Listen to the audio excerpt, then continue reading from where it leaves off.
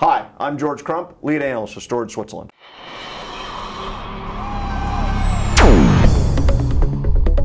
As we talk to end users, they're looking at cloud backup, especially as we move up out of the consumer use case, and now we're thinking more about how do we use this in the data center, and those data centers that are considering it are getting bigger and bigger. But one of the things that we almost always assume happens in that is you have to have an appliance or a hybrid cloud backup. Well, that might not always be the case. So to join me in this conversation is Chris Shen. He is the VP of Products at Zetta.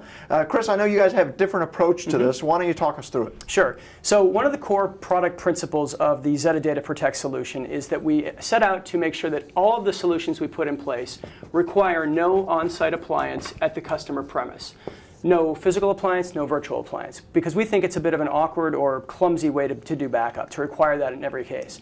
First, it obviously introduces an additional cost factor to install them all, to manage them all, to run them all. Second, it also increases the complexity of the deployment. Picture, if you will, a customer of ours who's got some MSP customer that has about 140 end customers, each one of which has one server. The last thing they want to do is double the server footprint at 140 different offices just to do well, that. Well, you got complexity, cost, maintenance things to worry about. There's all kinds of issues. Yeah. Next, upgrade. If you reach the capacity of your appliance, you need to either get a second appliance and put them together somehow, or upgrade the appliance and restore rigidity. So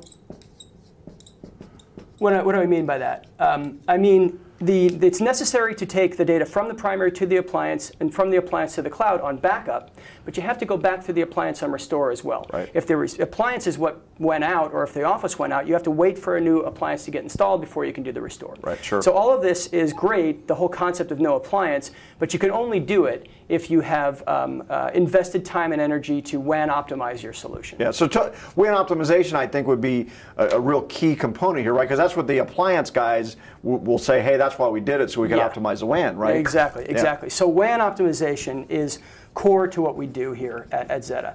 And there's a reason for that. When I was first entered the cloud backup for enterprises, online backup for enterprises market back in 2004, 5, 6 time frame, the dirty little secret was all the existing enterprise online backup players were really LAN-based products that they had bolted the internet onto.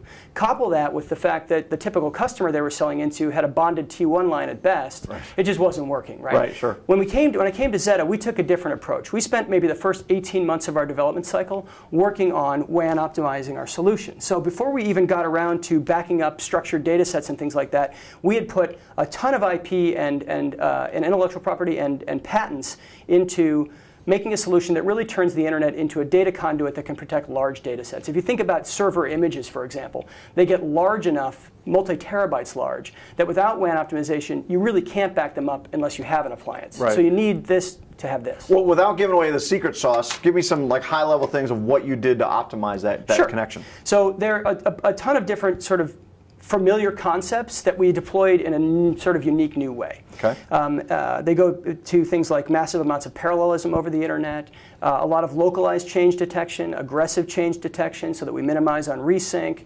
We do things with dynamic TCP optimizations depending on TCP IP window size optimizations depending on the type of data set we're seeing, and so on and so forth. And then every solution we've built on top of that, we've had to be innovative about the way we approached that particular problem, whether it was a SQL database or, in this case, in our most recent release, Windows Server image backup, where you might have a 2 terabyte drive but only 50 gigs is used. Well, you don't want to send 2 terabytes over the internet, so you have to be clever about things whenever you attack a new problem. Okay, all right, that makes sense. So let's talk a little bit about the server image capability and what that brings. Okay, well, it's important to start by noticing that we did everything using standard Windows technology. So the server image backup that we're releasing right now is a Windows-centric solution. So this is not tied to VMware, this is not tied to Hyper-V, this is not tied to Xen or a physical box. It's a Windows solution. Regardless of what platform you're deploying on, we use Windows technologies to snapshot the server, we use Windows technologies to back up the server, and then once it gets stored with us, we store it in standard Windows VHD and VHDX formats. And the reason for that is it makes the restore very simple. With a VHD, you can mount it and read it, you can boot it into Hyper-V, you can convert it to VMDK and put it in a Hyper-V form, or you can use standard recovery technologies and burn it back onto a physical box and be off and running. This is sort of the key to this solution. Makes everything and that kind of increases that, we were talking about rigidity before. This is obviously very flexible. Very flexible restore. You can go from virtual back to virtual, from virtual to physical, from physical to virtual. All those different things can be accommodated by using these standard technologies. And my sense would be that you would also be more immune to incremental upgrades that Microsoft might put out to Windows, right? Right, exactly. Because you're kind of following the rules. We're following the rules, right? Nothing we're doing. This is very different from the old school BMR approach, which was proprietary, process intensive. It never worked because something was wrong with the hardware, et cetera. If you just stay within the world of Windows and follow their path, the world gets a lot simpler. And so with this capability, kind of walk me through how that process works. If I'm a guy and I want to do Windows Server image backups, how do I make that happen? Well, let me take a step back and actually just sort of describe the full capabilities of what we've got today. Our primary footprint on the customer side is called Zetta Mirror. Okay. So this works off of both physical and virtual servers. It works off of Linux, Mac, and Windows. Now, I've talked a lot about Windows today because it turns out that about 90% of our customer systems are Windows. And then we started out with backing up files. Then we went to structured data sets like databases or system state files and things like that. Then we did NAS boxes on the network. And now we're doing full server images.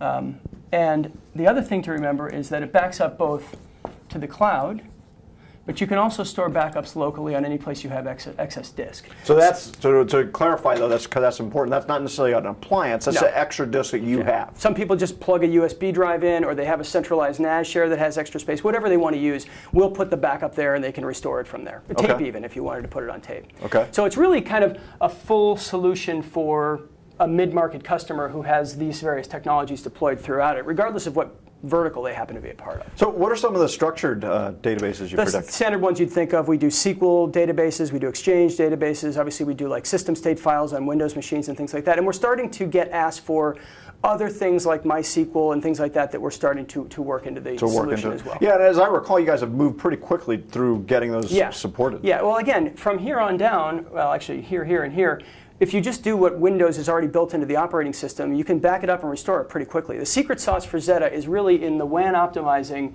taking these technologies, detecting what's changed, and sending those changes off to the cloud as efficiently as possible so that we always have the most recent state of your data as well as all the versions.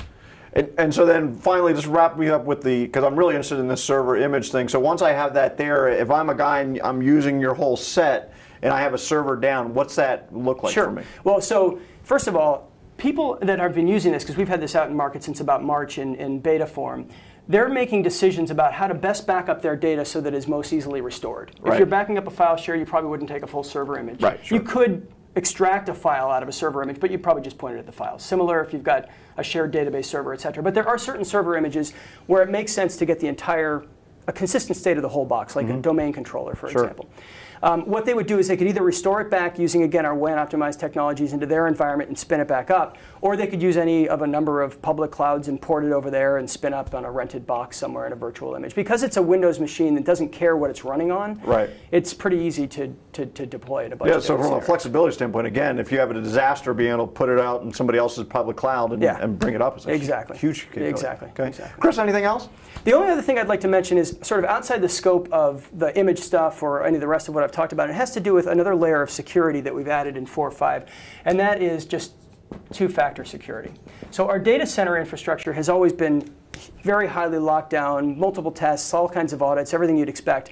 But our web portal, where our customers access their data, their backups, their monitoring and management information, all that stuff, that was always a username, password accessed website. Now we've added another layer of authentication using Google Authenticator. So you put in your username and password, you're prompted for a 6-digit code, log into your iPhone or your Android phone, click on the Authenticator app. Every 60 seconds, there's a new code. You type it in, then you get access into the environment. So with all we've been reading about this rash of compromised credentials, we decided to add a two-factor with 4.5. That's a good idea, because I think that's a big issue that kind of gets people worried about the cloud is what's my security going to look like. So that takes care of that. Hey, Chris, thanks for joining us Thank you, George. I'm George Crump, lead analyst with Storage Switzerland. Thank you for joining us.